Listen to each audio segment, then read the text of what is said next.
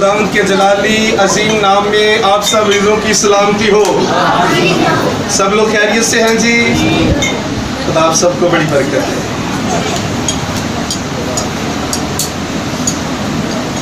आपने खूब खुदावंद के नाम को जलाल दिया, उसकी सताइश की है पूरे जोश के साथ, जैसा कि वो चाहता है।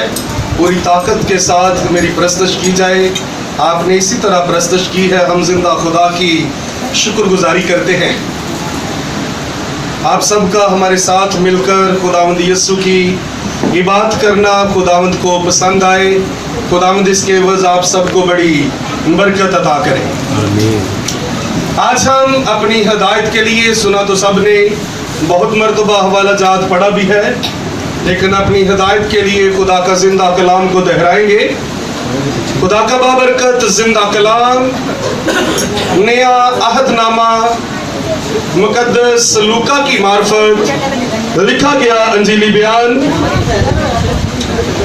उसका चौथा बाब और उसकी पहली और दूसरी आयत मुकद्दसात से पढ़ेंगे। खुदा का बाबरकत जिंदा कलाम नया अहदनामा मुकद्दस लूका की मार्फत लिखा गया अंजीली बयान, चौथा बाब और उसकी पहली दूसरी आयत मुकद्दसात से पढ़ेंगे। कलाम हक में लिखा है, फिर यीशु रूहुल कुद्दुस से भरा हुआ यरदन से लौटा और 40 दिन तक रूह की हिदायत से बियाबान में फिरता रहा और इब्लीस उसे आजमाता रहा। खुदा का जिंदा कलाम के पढ़े और सुने जाने पर बरकत हो। बोले आमीन। शाबाश, बहुत अच्छे। जब हम आमीन करते हैं तो हम उसकी तारीफ करते हैं कि ऐसा ही हो। कबूल है हमें। खुदावंद यीशु को इब्लीस आजमाता है। खुदारू ने खुद जंगल को भेजा है, बियाबान में लेकर गया है ताकि इब्लीस से आजमाया जाए। अगर ईमान के बानी खुदावंद यीशु की आजमाइश हो सकती है तो मेरी और आज आप सबकी भी आजमाइश हो सकती है। किसी की आजमाइश पाकीज़गी से की जाती है, किसी की आजमाइश रुपए पैसे से की जाती है, किसी की आजमाइश ताबियादारी से की जाती है और किसी की किसी तरह आजमाइश की जाती है। और हम खुदा की शुक्रगुजारी करते हैं कि हम हर तरह की आजमाइश को पीछे छोड़कर खुदावंद यीशु के कदमों में झुके हैं। उसके कदमों में आने के लिए भी बहुत सी आजमाइशें दरकार हैं।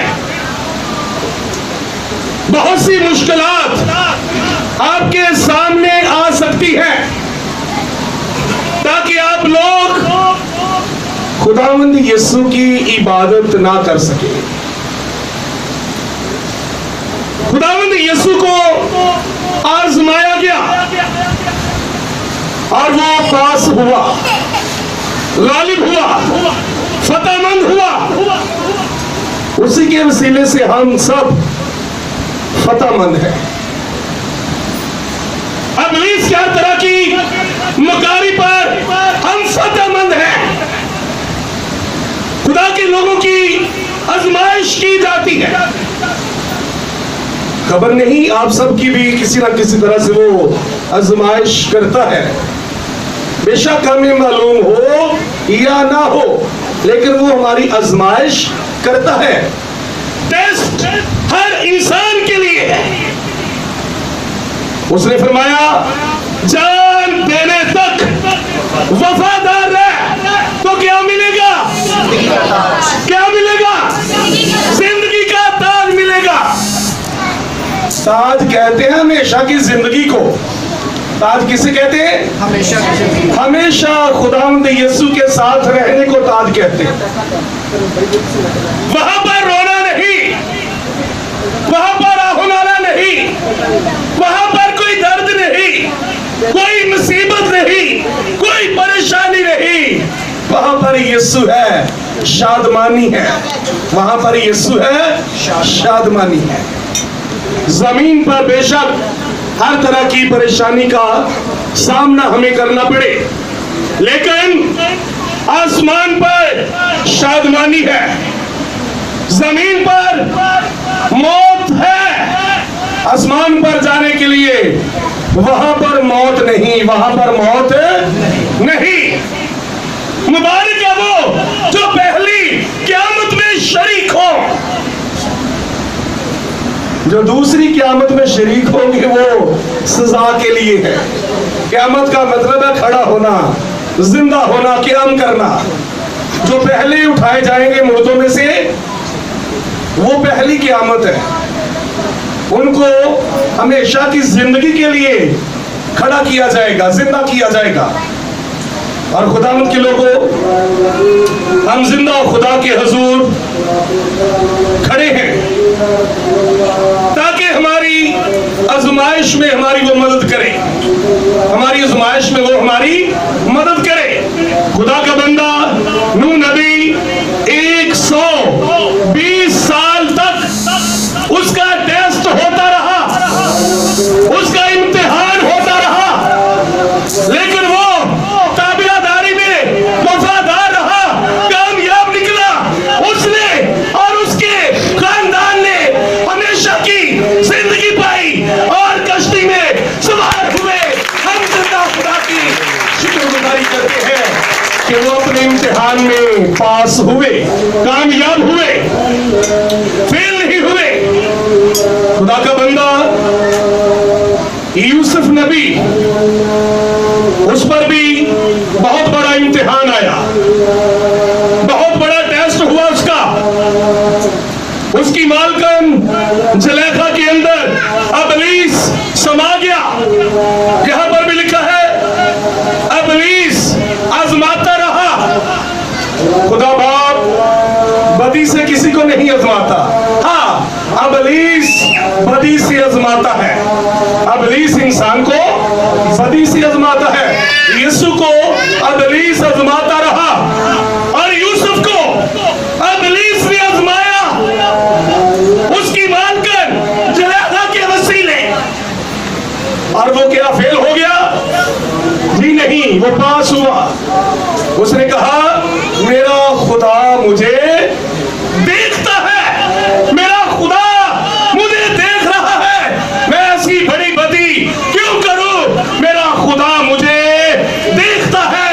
बस तुम अपने आप को खुदा के बंदे जानो, हर रोज समझो खुदावंद खुदा मुझे देख रहा है, खुदावंद खुदा मेरे साथ है, खुदावंद खुदा हर रोज मुझे संभालने की कुदरत रखता है। हर इंसान का टेस्ट होता है, किसी का किसी तरह और किसी का किसी तरह। हननिया और सफीरा का भी टेस्ट हुआ, हननिया और सफीरा का भी टेस्ट हुआ। ना तो बेगम समझदार थी ना शौहर, दोनों के दोनों निकम्मे निकले, दोनों को दोनों निकम्मे निकले। इसलिए कि ना तो शौहर ने कहा कि हम खुदा के साथ बेईमानी नहीं करेंगे, और ना ही बीवी ने कहा कि हम खुदा के साथ बेईमानी नहीं करेंगे। किस किस ने हननिया और सफीरा का हवाला सुना है? बहुत कम लोगों ने सुना है। नियतनामा में लिखा है, अमाल की किताब में, खुदावंद यीशु के शागिर्दों के पास, यानी कि रसूलों के पास लोग बहुत सा रुपया लेकर आते थे अपने घर बार बेच कर, अपनी खेत बेच कर पैसा लाते थे ताकि खुदा और सफीरा खुदा के लोग थे, जबकि उन लोगों ने खेत बेचा कि हम खुदा को देंगे, और खुदा को देने के लिए जब खेत बेच दिया, खबर नहीं 1 लाख था, 5 लाख था या 1 करोड़ था, जितना भी रुपया था उनके पास, उन लोगों ने सलाह की, दोनों ने हम ऐसा करते, आधा खुदा को दे देते हैं और आधा रख लेते, हमारे काम आएगा। दोनों की सलाह के साथ मौत पैदा हुई। ये उनके लिए बहुत बड़ा टेस्ट था, इम्तिहान था। आज भी खुदा के लोगों के लिए, ईमानदार लोगों के लिए बहुत से टेस्ट होते हैं। खुदावन के लोगों, जब उन दोनों ने बेईमानी की, खुदा के पास लाए, तो रसूल ने कहा, पतरस रसूल ने, अरे हननिया, तुमने खुदा के रूह के साथ क्यों झूठ बोला? उसने कहा, मैंने झूठ नहीं बोला। उसने कहा, तुमने झूठ बोला है। उसी दम वो मर गया।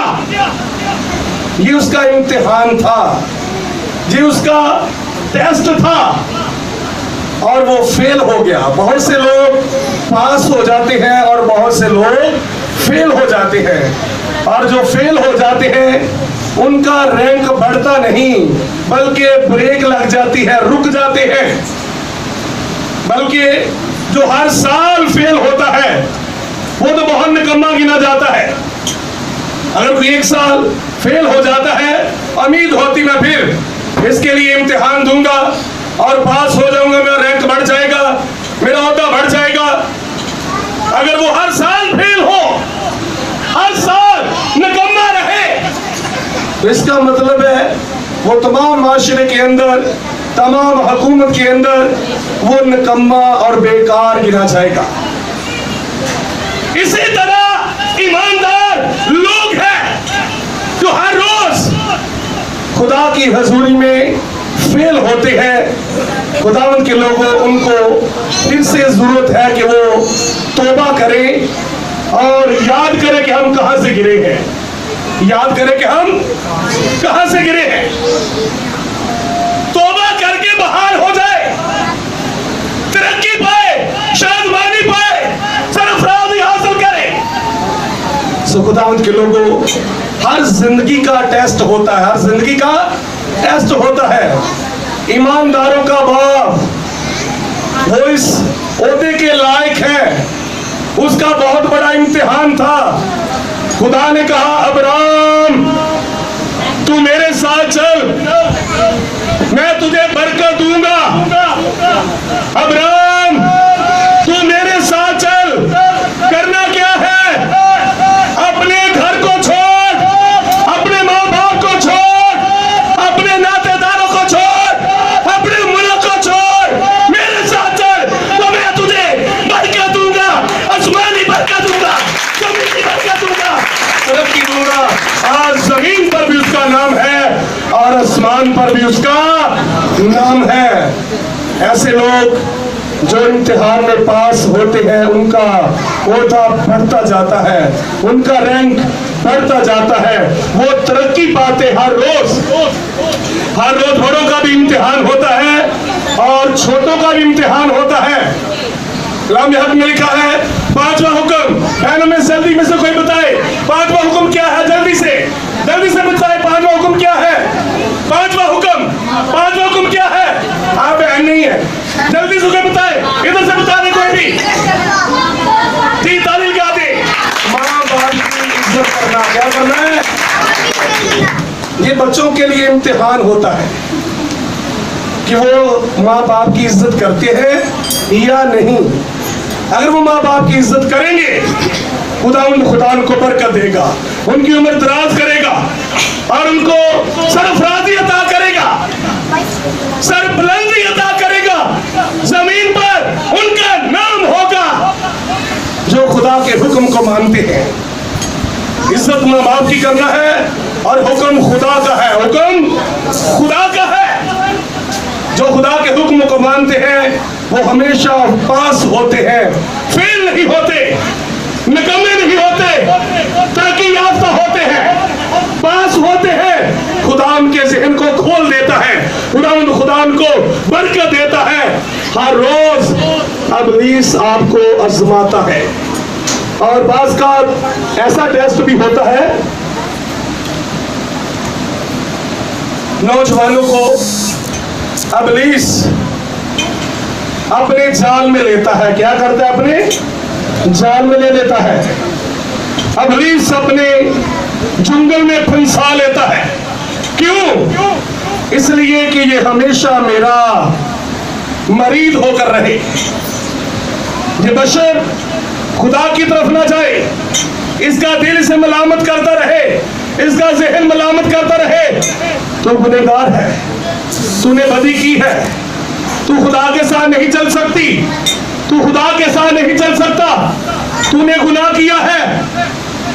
इब्लीस इंसान को अपने जाल में फंसाता है। यह भी बहुत बड़ा इम्तिहान होता है, लेकिन दुनिया में कोई ऐसा इंसान नहीं यीशु के अलावा जिसे माफी की जरूरत नहीं। हमारा खुदा हर तरह के गुनाह से बड़ा है, उसके आगे हर तरह के गुनाह दूर किए जाते हैं, उसके सामने सब तरह के गुनाह मिटा दिए जाते हैं, हर तरह की बदी मिटा दी जाती है। लेकिन इब्लीस हर रोज हमें परेशान करने के लिए अपने जाल में लेता है। खुदा की बहुत बड़ी खादम अभी भी अमेरिका में मौजूद है और तमाम मुल्कों में तकरीबन वो मुनादी कर रही है। डॉक्टर जॉयस मायर, खुदा की खादम जॉयस मायर, उसकी बड़ी जबरदस्त गवाही है। इंसान का दिल रोना शुरू कर देता है उसकी गवाही सुनकर, लेकिन वो बहुत से नौजवानों के लिए जिंदगी का वसीला है। खुदा ने बहुत सी दुनिया को बचाने के लिए अपनी बंदी को एक मिसाल बनाकर खड़ा किया।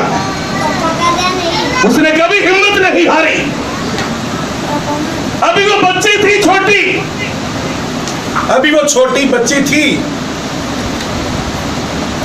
तो इब्लीस का उस पर अटैक हुआ और ऐसी हस्ती के वसीले इब्लीस ने उसे बुरा किया जिसका हम तसव्वुर भी कर नहीं सकते। उसी के बाप के वसीले शैतान ने उसे परेशान किया। एक मर्तबा नहीं, वो बताती कम से कम 200 मर्तबा मेरे बाप ने मेरे साथ ज्यादती की है। इंसान सुनते ही कांप जाता है।